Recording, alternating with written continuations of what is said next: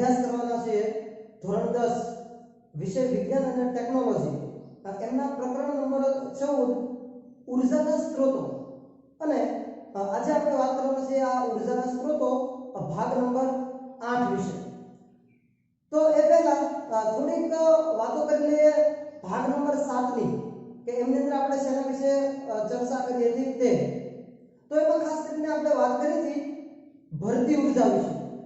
તો ભરતી ઉર્જા છે એ કઈ રીતે અસ્તિત્વમાં આવે છે અને એમના પૈકી આપણે ભરતી ઉર્જામાંથી વિદ્યુત ઉર્જામાં કઈ રીતે રૂપાંતરિત કરી શકીએ છીએ તે। ત્યાર પછી વાત કરી હતી તરંગ ઉર્જા। તો કે સમુદ્રની અંદર જે તરંગો આવે છે અને એમાંથી આપણે કઈ રીતે ઉર્જા પ્રાપ્ત કરી શકીએ છીએ તે।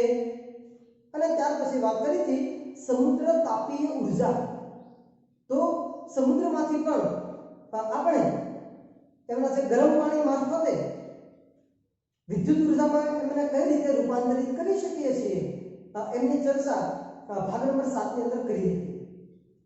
તો હવે આપણે થોડાક આગળ વધીએ અને ભાગ નંબર 8 ની અંદર આપણે વાત કરવાના છીએ ભૂતાપીય ઉર્જા વિશે। ભૂતાપીય ઉર્જા। તો ભૂતાપીય ઉર્જા આપણે કોને કહીશું? તો કે ભૂ એક શબ્દ છે। તો ભૂનો સામાન્ય અર્થ થાય છે કે જમીન, તાપી એટલે કે એનું તાપમાન અને ઉર્જા એટલે એમાંથી જે આપણને કાર્ય કરવાની ક્ષમતા પ્રાપ્ત થાય છે એને સામાન્ય રીતે આપણે ઉર્જા સ્વરૂપે ઓળખીએ છીએ। તો ભૂતાપીય ઉર્જા।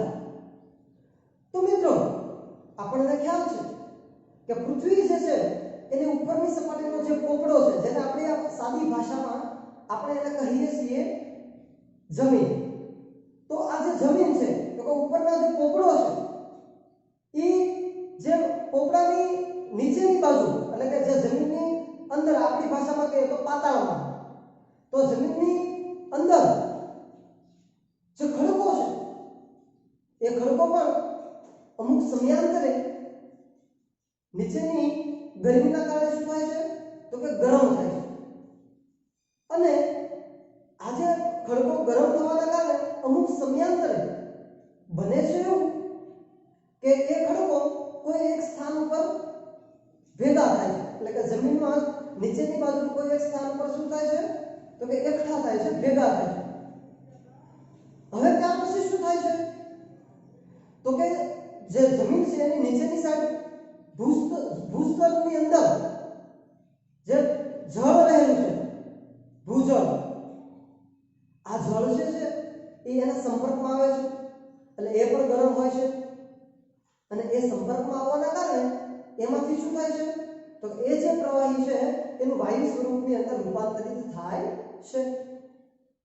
કયું પ્રવાહી તો કે જે જમીનની અંદરની સાઈડ જે ભૂજળ રહેલું છે તે આ ગરમ ખડકોના સંપર્કમાં આવવાના કારણે એ જળ પણ એની ગરમીના કારણે એ જળનું એટલે કે પાણીનું એટલે કે પ્રવાહીનું વાયુમાં રૂપાંતરણ થાય છે। ફરી વખત થોડી વાત કરી લો, ફરી વખત બરાબર ધ્યાન આપો કે ભૂતાપી ઉર્જા છે શું? તો કે પૃથ્વીનો સપાટી પરના જે પોપડો છે એમને નીચેની બાજુ જે ખડકો રહેલા છે આ ખડકો જે જમીન છે એની નીચેની બાજુ જે ગરમી છે એના કારણે શું થાય છે તો કે ગરમ થાય છે અને આ જે ખડકો ગરમ થવાના કારણે અમુક સમયાંતરે નીચેના ભાગમાં એક જગ્યાએ છે એ એકઠા થાય છે। હવે આ જે જમીનને પાતાળની અંદર જે પાણી રહેલું છે એ પાણી પણ ગરમ હોય છે ગરમીના કારણે। તો આ જે પાણી છે એ આ ખડકોના સંપર્કમાં આવે છે તો એના કારણે શું થાય છે તો કે એ જે પાણી જે છે એનું વરાળમાં રૂપાંતરણ થાય છે અને એ વરાળ પૃથ્વીની સપાટી ઉપર બહારની બાજુ આવે છે। પણ એ જે વરાળ ઉત્પન્ન થાય છે એ વરાળ જ્યાંથી ઉત્પન્ન થાય છે ત્યાં એક પાઇપલાઇન ગોઠવવામાં આવે છે અને પાઇપલાઇન મારફતે એ બધી જે વરાળ છે પાઇપલાઇનની અંદર જાય છે અને પાઇપલાઇનની અંદરથી જાય અને જ્યાં એ વરાળ બહાર નીકળે છે ત્યાં ટર્બાઇન ગોઠવવામાં આવે અને એ વરાળની ગતિ અને એ વરાળ મારફતે એ ટર્બાઇન ફરે છે અને ટર્બાઇન ફરવાના કારણે શું થાય છે તો તો કે વિદ્યુત ઉત્પન્ન થાય છે। હવે આ જ વાત છે ભૂતાપીય ઉર્જા વિશે કે ભાઈ આ જે પાણી છે એ ખડકો જે છે ગરમ થયેલા ખડકો એક બાજુએ જે એકઠા થયા છે તેના સંપર્કમાં આવવાના કારણે શું થાય તો એ પાણી એક તો વધારે ગરમ થશે અને ઘણી વખત આ જ પાણી પૃથ્વીની ઉપરની સપાટી સુધી પણ પહોંચી જાય છે ગરમ સ્વરૂપે તે એને આપણે સાદી ભાષામાં ગરમ પાણીના કુંડ એવું કહીએ છીએ। ગરમ પાણીના કુંડ આપણે ઘણા બધા જોયા પણ હશે ગરમ પાણીના કુંડ। દાખલા તરીકે ગુજરાતની અંદર જે તુલસી શામ છે તો તુલસી શામની અંદર છે આ ગરમ પાણીના કુંડ આવેલા છે 3 કુંડ છે। ક્યારેક તમે તુલસી શામની મુલાકાત લો તો બરાબર જોજો કે ત્યાં છે 3 ગરમ પાણીના કુંડ છે અને એ પાણી છે એ ગરમ જ રહે છે ત્યાં કોઈ ગરમ કરતું નથી પણ નીચેની ભૂતાપી ઉર્જાના કારણે શું થાય છે એ ગરમ થાય છે। તો આ તુલસી શામ પણ આવા ગરમ પાણીના કુંડ છે। આ ઉપરાંત લસુંદરા એમની અંદર પણ આવા ગરમ પાણીના કુંડ છે આવેલા છે। તો આ કોના કારણે તો કે આ ભૂતાપીય ઉર્જાના કારણે। તો આ વાત છે ભૂતાપીય ઉર્જા વિશે બરાબર તમને સમજાય છે કે ભૂતાપીય ઉર્જા છે એ આપણે કોને કહીશું તે। હવે બીજી થોડીક ચર્ચા પણ આપણે કરી લઈએ કે ભાઈ આ ભૂતાપીય ઉર્જા મારફતે જે વિવિધ જગ્યાએ અલગ અલગ જગ્યાએ છે એવા પ્લાન્ટ પણ સ્થાપવામાં આવ્યા છે અને એના કારણે છે આ ભૂતાપીય ઉર્જા મારફતે છે વિદ્યુત ઉર્જા ઉત્પન્ન કરવામાં આવે છે। પણ મિત્રો યાદ રહે કે ભૂતાપીય ઉર્જા મારફતે આવા સ્થળો ખૂબ જ અલ્પ માત્રામાં આપણને પ્રાપ્ત થાય છે અને બહુ જ ઓછી જગ્યાએ એવી હોય છે કે જે જગ્યાએ છે આ ભૂતાપીય ઉર્જા મારફતે આપણે વિદ્યુત ઉર્જા છે ઉત્પન્ન કરી શકતા હોઈએ છીએ તે। તો એમની વાત છે અને બીજું પણ યાદ રાખે કે ભૂતાપીય ઉર્જા મારફતે જે વિદ્યુત ઉત્પન્ન કરવામાં આવે છે એ ખાસ કરીને ન્યુઝીલેન્ડ અને United state of America New Zealand દેશ અને યુનાઇટેડ સ્ટેટ ઓફ અમેરિકા આ બંને દેશોની અંદર છે ભૂતાપીય ઉર્જા મારફતે વિદ્યુત ઉર્જા ઉત્પન્ન કરવા માટેના ખૂબ મોટા પ્લાન્ટ છે એ આવેલા છે। તો આ વાત છે ભૂતાપીય ઉર્જા। હવે વાત કરીએ આપણે ન્યુક્લિયર ઉર્જા વિશે। કઈ ઉર્જા? ન્યુક્લિયર ઉર્જા। તો ન્યુક્લિયર ઉર્જાની આપણે જ્યારે ચર્ચા કરતા હોઈએ ત્યારે આપણને યાદ રહે કે ન્યુક્લિયર ઉર્જા છે શું અને ન્યુક્લિયર ઉર્જા છે કઈ રીતે આપણને પ્રાપ્ત થાય છે તે। તો ન્યુક્લિયર ઉર્જા એટલે શું તો કે ખાસ કરીને જે ન્યુક્લિયસ સંયંત્રો છે એમાં જે ભારે પરમાણુઓ ધરાવતા ખાસ કરીને યુરેનિયમ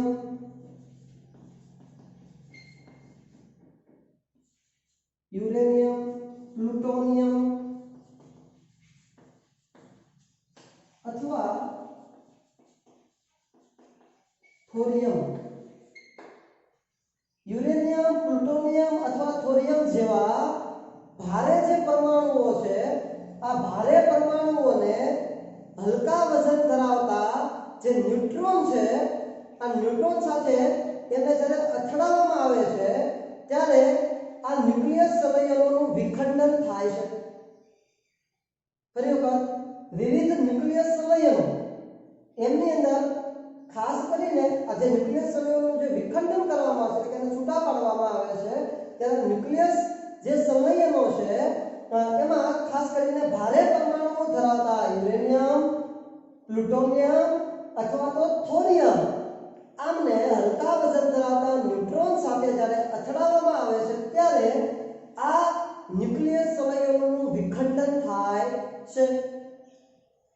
હવે જ્યારે આ ન્યુક્લિયસ સંયંત્રોનું વિખંડન થાય છે ત્યારે સૌપ્રથમ આમની અંદર જે ઉર્જા હતી ન્યુક્લિયસ સંયંત્ર સ્વરૂપે જે ઉર્જા હતી અને ત્યાર પછી જો વિખંડન પામ્યા પહેલા જે મૂળ ઉર્જા હતી તે અને ત્યારબાદ જે વિખંડન પામ્યા જે વિખંડન થયેલા જે પરમાણુઓ છે એમની ઉર્જા જો વધારે માત્રામાં હોય એમની ઉર્જા જો વધારે માત્રામાં હોય તો એમાંથી આપણને છે હવે ન્યુક્લિયર ઉર્જા છે એ પ્રાપ્ત થતી હોય છે.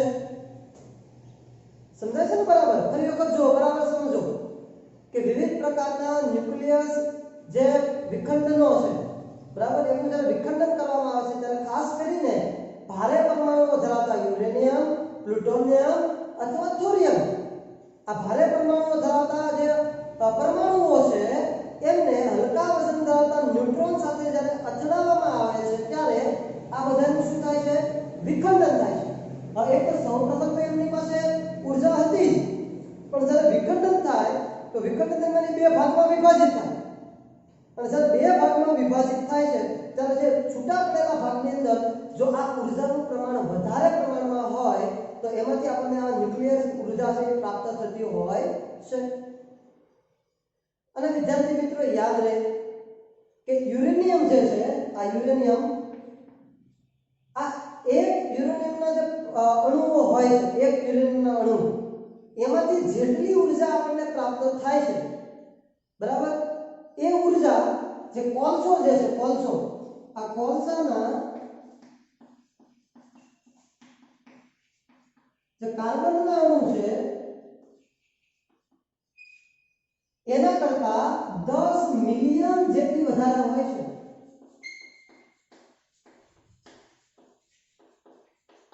ખાસ યાદ રાખજો, પરીક્ષા માટે ખૂબ અગત્યનો પ્રશ્ન પણ છે કે એક યુરેનિયમનો જે અણુ હોય એમાંથી જેટલી ઉર્જા પ્રાપ્ત થાય એ ઉર્જા કેટલી હોય તો કે કોલસો જે છે એના જે કાર્બનના અણુમાંથી જેટલી ઉર્જા પ્રાપ્ત થાય એના કરતા 10 મિલિયન જેટલી વધારે આ યુરેનિયમના એક અણુની અંદર હોય છે. બરાબર? એટલે આટલી વિશાળ ઉર્જાનો સંગ્રહ છે એ આ યુરેનિયમની અંદર છે એ થતો હોય છે અને એમાંથી આપણને જે ઉર્જાઓ પ્રાપ્ત થતી હોય છે એ આ ન્યુક્લિયર ઉર્જા તરીકે ઓળખાય છે. હવે વાત કરીએ થોડી બીજી કે ભાઈ આ ન્યુક્લિયર ઉર્જા છે એ ન્યુક્લિયર ઉર્જા આપણને કેવા કેવા સ્થળોથી હાલ છે એના મારફતે ન્યુક્લિયર ઉર્જા પ્રાપ્ત કરવામાં આવે છે તો એમની થોડી વાત કરીએ. તો એમાં ખાસ કરીને છે કે મહારાષ્ટ્રનું તારાપુર,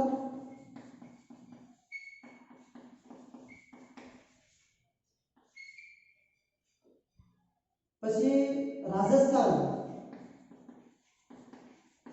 નું રાણા પ્રતાપ સાગર,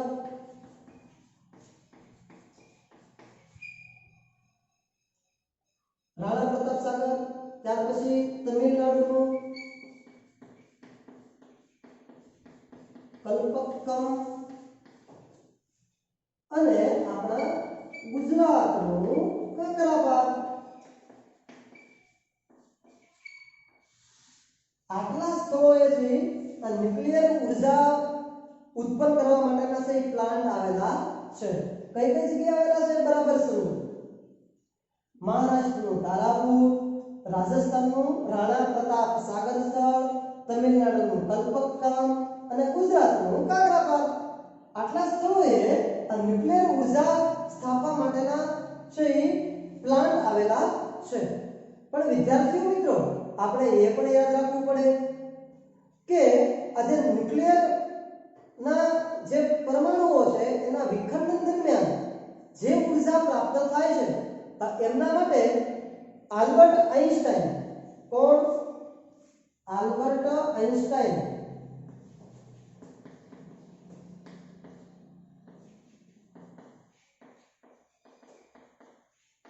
આલ્બર્ટ આઇન્સ્ટાઈને આ ન્યુક્લિયર વિખંડન ની જે પ્રક્રિયા થાય છે એના મારફતે જે ઉર્જા મુક્ત થાય છે એમને શોધવા માટેનું એક સૂત્રની શોધ કરી છે જે છે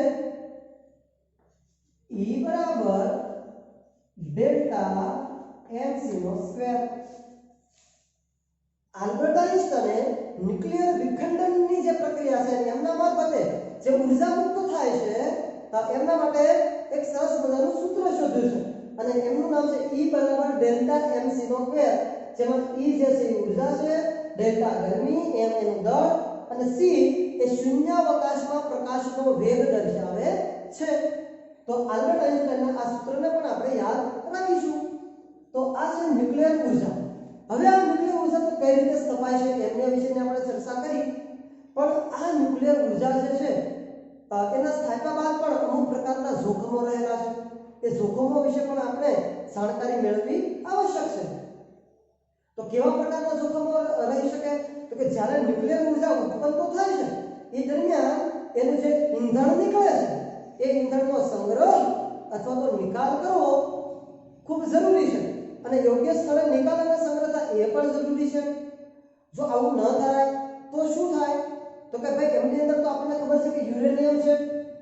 આ જે યુરેનિયમ છે એ એક પ્રકારે કહી શકાય કે ખતરારૂપ છે, કારણ કે એની અંદર હજી પણ એનો ઉપયોગ કર્યા પછી પણ એની અંદર ખૂબ જ વધારે માત્રાની અંદર ઉર્જાનો સંગ્રહ થયેલો હોય છે અને એ એવું પણ બની શકે કે અમુક સમયાંતરે છે લીકેજ થવાની પણ એની સંભાવના રહેલી છે અને એ ખૂબ જ નુકસાનકારક છે. આ ઉપરાંત આ જે ન્યુક્લિયર ઉર્જા આપણે પ્રાપ્ત કરીએ છીએ તો એ દરમિયાન પ્રદૂષણનું પ્રમાણ પણ ખૂબ જ રહે છે. એ પણ એક પ્રકારનું નુકસાન જ છે. શરૂઆતની અંદર આની જે સ્થાપના કરવી ખૂબ જ ખર્ચાળ હોય છે, કારણ કે આ યુરેનિયમ જેવા જે કિંમતી પરમાણુઓ આપણને મળવા ખૂબ મુશ્કેલ છે અથવા તો મળતા પણ નથી. તો એનું સ્થાપના કરવી થોડીક મુશ્કેલી નીવડે છે અને ખર્ચ પણ ખૂબ જ વધારે પ્રમાણમાં થાય છે. તો આ બધી થોડાક એને સ્થાપવા માટે અને પછી સ્થાપ્યા બાદ જે કંઈ જોખમો રહે છે એ આવા પ્રકારના જોખમો રહે છે. તો આ વાત આપણે કરી છે ન્યુક્લિયર ઉર્જા વિશે. આપણને બધાને આ ન્યુક્લિયર ઉર્જા સમજાય છે. હવે થોડા આગળ વધીએ. હવે વાત કરવાની છે પર્યાવરણ વિષયક પરિમાણ કે પર્યાવરણ વિષયક પરિણામ કેવા પ્રકારના આવી શકે એની થોડી ચર્ચા આપણે કરી લઈએ. પર્યાવરણ વિષયક પરિણામો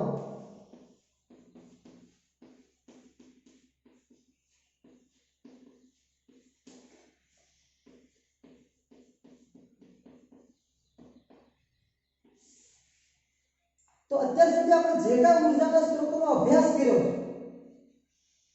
આટલા ઉર્જાના સ્ત્રોતો હમણાં હાલ આપણે છે ન્યુક્લિયર ઉર્જા જોઈએ, આટલી ઉર્જાના સ્ત્રોતો વિશે આપણે આ પ્રકારનો અભ્યાસ કરવાનો આવે છે.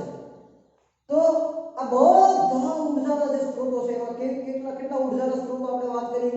તો કે એની અંદર પવન ઉર્જાની વાત કરી, જળ ઉર્જાની વાત કરી, પછી સમુદ્ર ઉર્જાની આપણે વાત કરી, એની અંદર ભૂતાપીય ઉર્જા, તરંગ ઉર્જા, ન્યુક્લિયર ઉર્જા, ભૂતાપીય ઉર્જા, બરાબર, ભરતી ઉર્જા, ઘણી બધી પ્રકારની ઉર્જાઓ છે આપણે આ પ્રકારની અંદર ચર્ચા કરી.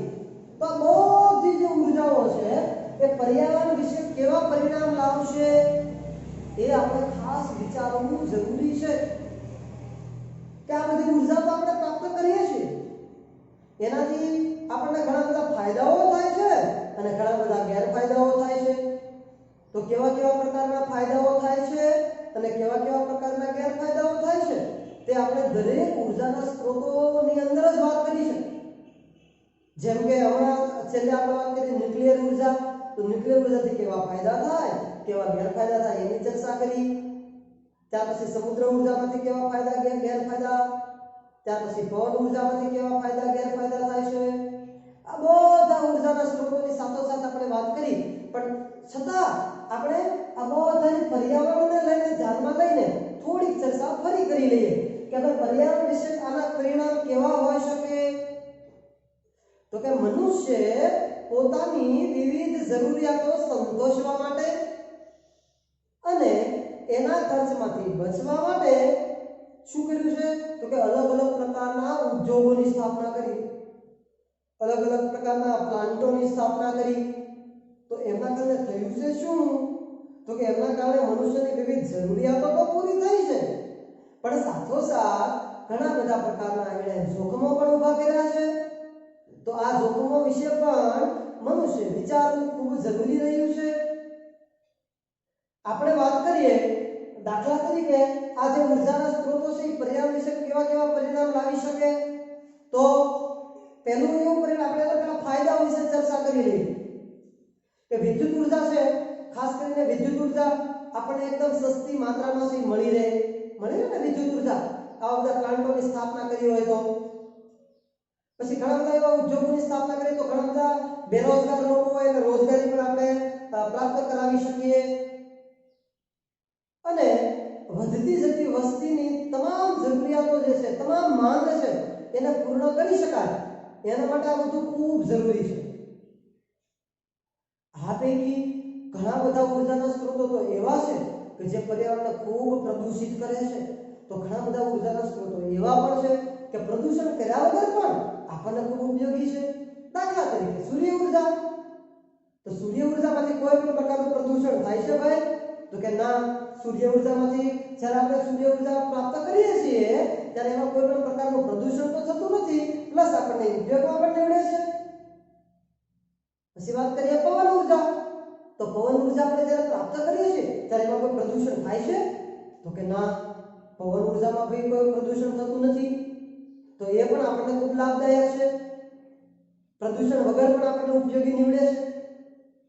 ઘણા બધા તો એવા છે કે જે પ્રદૂષણ પણ કરે છે. તો આવા ઉર્જાના સ્ત્રોતો વિશે આપણે ખાસ વિચારવું જોઈએ. દાખલા તરીકે બળતણ ઉર્જા. એમાં બળતણ ઉર્જાની અંદર ખાસ કરીને જે કેરોસીન દ્વારા ચાલતા કે પછી પેટ્રોલ, ડીઝલ આ બધાથી ચાલતા જે ઘણા ખરા વાહનો છે એ પ્રદૂષણ ફેલાવે છે. તો એ આપણને શું કરે છે? તો કે નુકસાનકારક છે પ્રદૂષણ ફેલાવાના કારણે. એ પૈકીમાં થોડીક ચર્ચા એ પણ કરી લઈએ. દાખલા તરીકે એમની અંદર જે સીએનજી વપરાશે વાહનોની અંદર, કોમ્પ્રેસ્ડ નેચરલ ગેસ, સીએનજી નું પૂરું નામ છે. તો આ જે સીએનજી વપરાય છે, આ સીએનજી છે એ પ્રદૂષણ ફેલાવતો નથી. તો એ રીતે આપણને ફાયદાકારક છે. એનાથી વાહનો ચાલે છે. આપણે ખબર છે સીએનજી થી ચાલતા ઘણા બધા વાહનો હાલ ભારત સરકાર છે એ ચલાવી રહી છે. તો એ આપણને એ રીતે ફાયદાકારક છે. એ રીતે હમણાં તમને વાત કરી કે પવન ઉર્જા છે, સૂર્ય ઉર્જા છે, આ તમામ ઉર્જા એવી છે કે જે આપણને પ્રદૂષણ ફેલાવ્યા વગર આપણને ફાયદો કરે છે. તો ઘણી બધી ઉર્જા એવી છે કે જે પ્રદૂષણ ફેલાવે છે. તો મનુષ્ય હાલ આ બાબતે પણ વિચારી રહ્યો છે અને એ પણ એને ખબર છે કે આ ઉર્જાના સ્ત્રોતોનો આપણે ઉપયોગ તો કરીશું, પણ જો એનાથી દિવસે ને દિવસે પ્રદૂષણ વધતું જશે તો એ આપણને નુકસાનકારક પણ છે. આ પૈકી ઘણા બધા ઉર્જાના સ્ત્રોતો એવા પણ છે કે જે આપણે ફરી વખત પ્રાપ્ત કરી શકીએ છીએ, ઘણા ફરી વખત પ્રાપ્ત થતા નથી. તો આ બધી બાબતે પર્યાવરણને પણ આપણે ધ્યાનમાં લેવું જરૂરી છે, કેમ કે આપણે બધાને રહેવાનું તો અંતે પર્યાવરણમાં જ છે ને. તો આ બાબતને પણ મનુષ્ય ખૂબ ગંભીરતાપૂર્વક લે છે અને ભવિષ્યની અંદર આવા પ્રદૂષણ ન થાય એના માટેના પણ સંશોધનો હાલ મનુષ્યએ હાથ ધર્યા છે.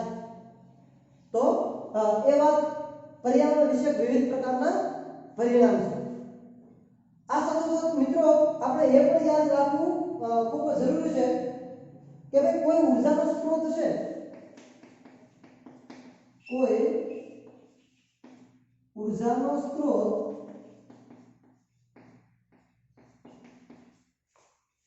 આપણા માટે ક્યાં સુધી, એક આવો પ્રશ્ન પૂછો કે કોઈ ઉર્જાનો સ્ત્રોત આપણા માટે ક્યાં સુધી, એટલે આપણને ક્યાં સુધી ઉપયોગમાં આપણે એને લઈ શકશું. તો એ બાબતે આપણે બધાએ થોડુંક ચિંતન કરવાની જરૂર છે. તો એમની વાત કરીએ કે ભાઈ કોઈ ઉર્જાનો સ્ત્રોત આપણા માટે ક્યાં સુધી અસ્તિત્વમાં રહી શકશે. તો જે ઉર્જાના સ્ત્રોત જે છે આપણે સૌપ્રથમ પાઠની શરૂઆતમાં વાત કરી હતી એને થોડી દોહરાવીએ કે ઘણા ઉર્જાના સ્ત્રોતો એવા છે જે પુનઃ પ્રાપ્ય પ્રકારના છે, તો ઘણા કેવા છે પુનઃ અપ્રાપ્ય છે. આ પૈકી ઘણા પરંપરાગત તો ઘણા બિન પરંપરાગત. તો પુનઃ પ્રાપ્ય ઉર્જાના સ્ત્રોત છે આપણે ક્યાં સુધી આપણા માટે ઉપયોગમાં છે, તો કે જ્યાં સુધી આપણે એનો ઉપયોગ કરીશું ત્યાં સુધી, કેમ કે એ આપણને ફરી વખત પ્રાપ્ત થવાના છે. પુનઃ પ્રાપ્ય ઉર્જાના સ્ત્રોત આપણે કોને કહીએ છીએ કે જે ઉર્જાના સ્ત્રોતનો એક વખત ઉપયોગ કર્યા પછી આપણને ભવિષ્યની અંદર ફરી પ્રાપ્ય થતા હોય આવા ઉર્જાના સ્ત્રોતને આપણે શું કહીએ છીએ, તો કે પુનઃ પ્રાપ્ય ઉર્જાના સ્ત્રોત કહીએ છીએ. પુનઃ પ્રાપ્ય ઉર્જાના સ્ત્રોત તો કે જે ઉર્જાના સ્ત્રોતનો એક વખત ઉપયોગ કર્યા પછી ફરી વખત આપણને પ્રાપ્ય ન હોય અને ભવિષ્યમાં એનો જે ભંડાર છે એ ખૂટી જવાની અવસ્થામાં હોય તો આ પુનઃ અપ્રાપ્ય છે. તો હવે આ બંનેના આધારે આપણને ખ્યાલ આવી જાય કે પુનઃ પ્રાપ્ય ઉર્જાના સ્ત્રોતને આપણે જેટલો ઉપયોગ કરવો એટલો કરી શકશું, પણ પુનઃ અપ્રાપ્ય ઉર્જાના સ્ત્રોતનો ઉપયોગ કરી શકીશું તો કે નહીં. પુનઃ અપ્રાપ્ય ઉર્જાના સ્ત્રોતનો આપણે ઉપયોગ કરી શકીશું નહીં. દાખલા તરીકે પુનઃ અપ્રાપ્ય ઉર્જાની અંદર વિવિધ પ્રકારના બળતણ સ્ત્રોતો છે, પેટ્રોલ છે, ડીઝલ છે, કેરોસીન છે. આ બધા પુનઃ અપ્રાપ્ય ઉર્જાના સ્ત્રોતો છે કે જેને આપણે ફરી વખત મેળવવા ખૂબ જ અઘરા છે અથવા તો ન પણ મળે આવી પરિસ્થિતિમાં છે. પુનઃ પ્રાપ્યમાં દાખલા તરીકે સૂર્ય ઉર્જા હોય, પવન ઉર્જા હોય, આ બધા પુનઃ પ્રાપ્ય ઉર્જાના સ્ત્રોત છે. તો મિત્રો ઘણા ઉર્જાના સ્ત્રોતો એવા પણ છે કે એ ઉર્જાના સ્ત્રોતને આપણે ફરી વખત ઉત્પન્ન કરી શકીએ છીએ. દાખલા તરીકે આપણે બળતણ માટે શું લઈએ છીએ તો કે લાકડું. બળતણ માટે આપણે જે લાકડાનો ઉપયોગ કરીએ છીએ તો લાકડાનો ઉપયોગ કરવા માટે આપણે શું કરવું પડશે તો વૃક્ષોનું છેદન કરવું પડશે. તો વૃક્ષોનું આપણે છેદન કર્યું, વૃક્ષોને કાપ્યા, તો એ વૃક્ષનું પ્રમાણ કેવું થયું તો કે ત્યાંથી વૃક્ષ જે ઘટી ગયું, તો એની સરખામણીમાં આપણે બીજું વૃક્ષ ઉગાડી શકીએ ને. તો બીજું વૃક્ષ આપણે ઉગાડીશું તો આ વૃક્ષ જે છે એ આપણે જે કાપ્યું છે એની ભરપાઈ આપણે કરી શકશું. એટલે વારંવાર આપણે એનો ઉપયોગ કરી શકીશું, પણ એના માટે આપણે જેટલા વૃક્ષ કાપીશું એટલા પાછા સામે ઉગાડવા પણ પડશે, તો આ લાકડાને આપણે છે એ ઉપયોગમાં લઈ શકીશું. હવે મિત્રો આપણને એવો પ્રશ્ન થાય, આપણને ખબર છે કે ભાઈ જે વિમાન જે છે બરાબર, વિમાન હતો તો જે અવકાશીય જે વાહન વ્યવહારના સાધનો છે અવકાશી, તો એમની અંદર છે માનો કે આપણે એવો પ્રશ્ન પૂછીએ કે ભાઈ વિમાનમાં બળતણ તરીકે હાઇડ્રોજન વપરાય છે,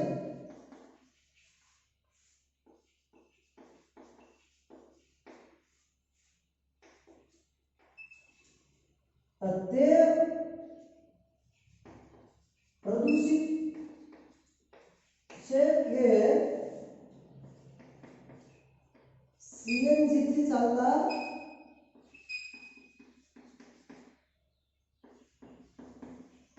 સાધનોમાંનો સીએનજી?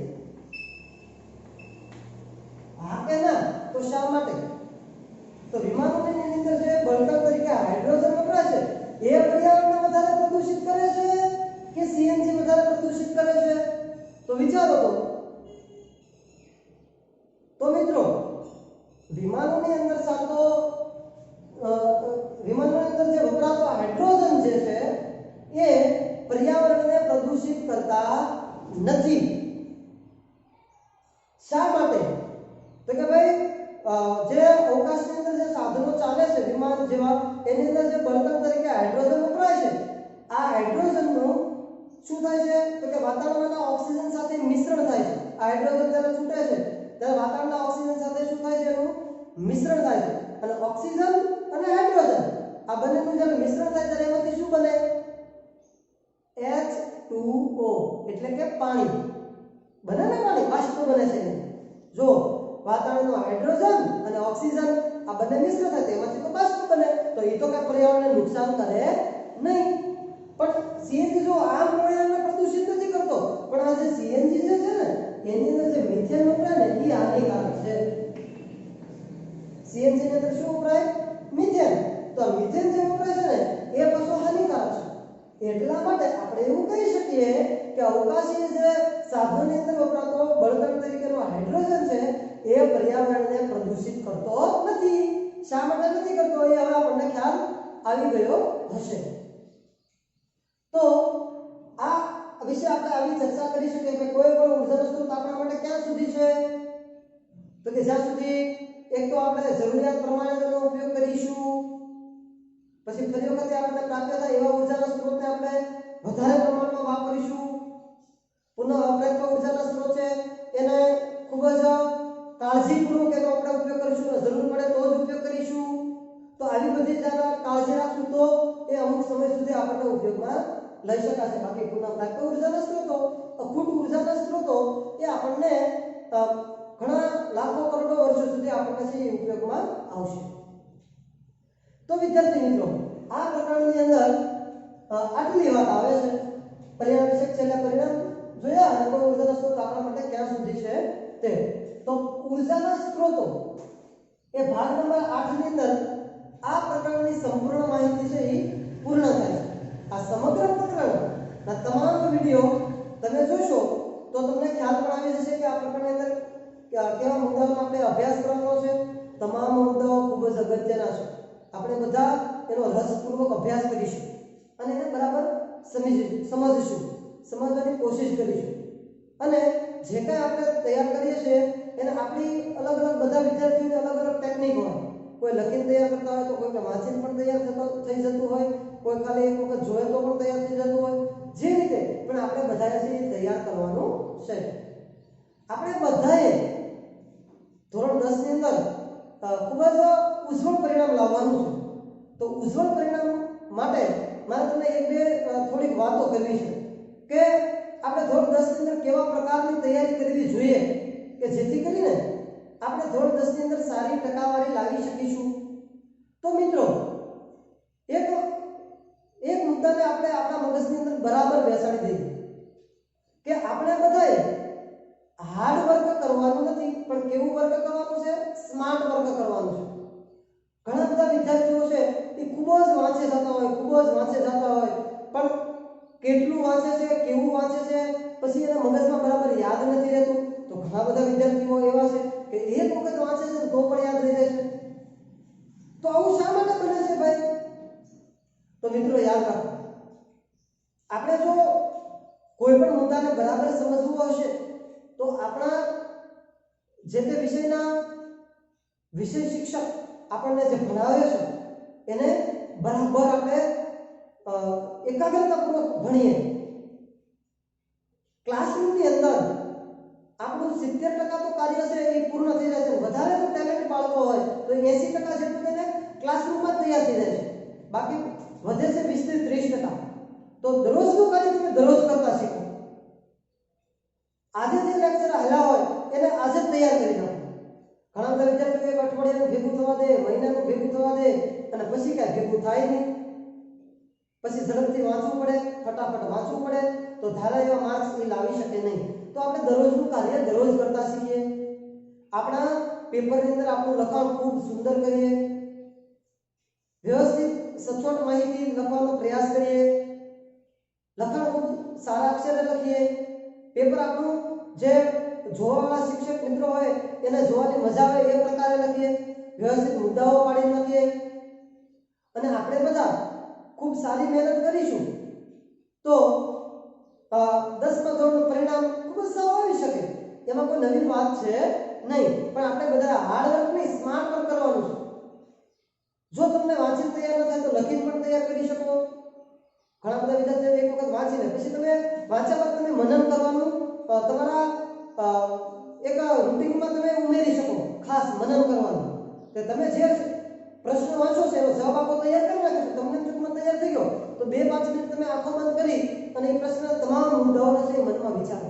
એક વખત એ બધા મુદ્દાઓ આવી જશે, તમને ક્યારેય ભૂલાશે નહીં. તો ખાસ મનન કરો. સવારમાં વહેલા જાગીને પ્રાણાયામ કરો, 10 મિનિટ એમને આપો. એકાગ્રતા, એકદમ શાંત સ્થિતે એકાગ્રતા તમારામાં વધે એના માટે પ્રાણાયામ ખૂબ જરૂરી છે. એકાગ્ર બનો. જો એકાગ્રતાપૂર્વક જો તમે કામ કરશો તો તમે અવશ્ય આગળ વધશો. વાંચતી વખતે માત્ર વાંચનમાં જ ધ્યાન, બીજી કોઈ પ્રવૃત્તિ નહીં. તમને એમ થાય કે ભાઈ આજે મને 1 કલાકમાંથી અડધી કલાક જ વાંચવું છે, પણ એ અડધી કલાક તમે કઈ રીતે વાંચો? પૂરી એકાગ્રતાપૂર્વક. બીજું બધું આસપાસનું બધું ભૂલી જાઓ. રમતના મેદાનમાં તો પૂર્ણપણે સમર્પિત થઈ જાઓ. રમતના મેદાનમાં ત્યારે ભણવાનું કોઈ ચિંતા ન કરો, પણ જ્યારે ભણવાનું હોય ત્યારે રમતની કોઈ ચિંતા કરો નહીં. આ ખાસ યાદ રાખો. જો આપણે આ રીતે કાર્ય કરીશું તો જ અવશ્ય આપણા ભવિષ્યને ઉજ્જવળ બનાવી શકીશું. એકાગ્રતાપૂર્વક કામ કરતા શીખો અને એકાગ્રતાપૂર્વક કરેલું કામ છે ક્યારેય ફોરવર્ડ જતું નથી. પછી ઘણા બધા વિદ્યાર્થીઓ વાંચતી વખતે ટીવી જોતા વાંચે, ગૃહ કાર્ય ટીવી જોતા કરે, બાજુમાં બધા રમતા હોય તો એની સામે ધ્યાન રાખી અને લેસન કરે અથવા તો વાંચનનું કાર્ય કરે. તો મિત્રો એમ પરિણામ ન આવી શકે. પરિણામ લાવવા માટે તો આપણે એકાગ્ર બનવું પડે, એકચિત્ત બનવું પડે. અને એમના માટે આપણે થોડા ઘણા પ્રાણાયામ પણ 10 મિનિટ આપણા શરીર માટે ના આપી શકીએ સવારમાં વહેલા ઉઠીને? તો 10 મિનિટ એવા પ્રાણાયામ અને એકાગ્રતાના પાઠ કરો તો તમે અવશ્ય છે ઈ તમને વાંચન પણ ખૂબ જ યાદ રહી જશે. અને હું તો તમને ત્યાં સુધી કહું છું, જો શક્ય બને તો સવારમાં વહેલા જાગી અને વાંચન કરી રાખો. એ દરમિયાન આપણું મગજ એકદમ ફ્રેશ હોય છે, અન્ય કોઈ પણ વિચારો હોતા નથી. તે જાગીને માત્ર વાંચન કરી તમે ફ્રેશ થઈને કરો તો તમને ખૂબ જ ઓછા સમયમાં વધારે યાદ રહે. બેસ્ટ સમય છે સવારનો છે. ઘણા બધા વિદ્યાર્થીઓ રાત્રે વાંચનનો પણ ટેવ હોય તો એ રાત્રે પણ વાંચન કરતા હોય છે, એનો કોઈ વાત નથી. પણ જો સવારમાં આપણે વાંચન કાર્ય કરીએ તો એ મને વધારે બેસ્ટ લાગે છે. તો સવારનો સમય આપણા માટે ખૂબ સારો સમય છે, કેમ કે એ દરમિયાન આપણું મન છે કે ભટકતું હોતું નથી. તો આ રીતે થોડીક આપણે જો આખા વર્ષ દરમિયાન એક ખાસ યાદ રાખો, આખા વર્ષ દરમિયાન આપણે સ્માર્ટ વર્ક જ કરવાનું છે, હાર્ડ વર્ક નથી કરવાનું. કોઈ એવું ટેન્શન મગજમાં લેવાનું નથી કે ભાઈ મારે 10મું ધોરણ છે હું શું કરીશ, એવું કોઈ ટેન્શન લેવાનું નથી. દરરોજ આપણે જેમ ભણીએ છીએ એમ ભણો ભાઈ, દરરોજનું કાર્ય દરરોજ કરો. ક્યારેય તમારે કોઈ ટેન્શન લેવું જ નહીં પડે, ક્યારેય તમારે કોઈ એવા લેસનનો કે વાંચનનો બોજ આવશે જ નહીં. પણ આપણે બોજ સામેથી લેતા શીખી ગયા છે. વધારે ભેગું થાય, વધારે આપણને પ્રેશર આવે ત્યારે જ આ બધું કામ કરતા શીખ્યા છે. આવું ન થાય એટલા માટે આપણે દરરોજનું કાર્ય દરરોજ કરતા શીખીએ. તો આપણે બધા આપણું જે 10મા ધોરણ ઉપરાંત આપણું ભવિષ્ય પણ ઉજ્જવળ છે એ બનાવી શકીશું. તો અહીં આપણે આ પ્રકરણ પર ઉર્જાના સ્ત્રોતો જે છે એને પૂર્ણ કરીએ છીએ. આ તમામ વિડીયો આપને સર્વેને ખૂબ જ સારી રીતે સમજાયા છે એવી હું અપેક્ષા રાખું છું. અને મળીશું ત્યાં સુધી આપની Number 1. જય હિન્દ, જય ભારત.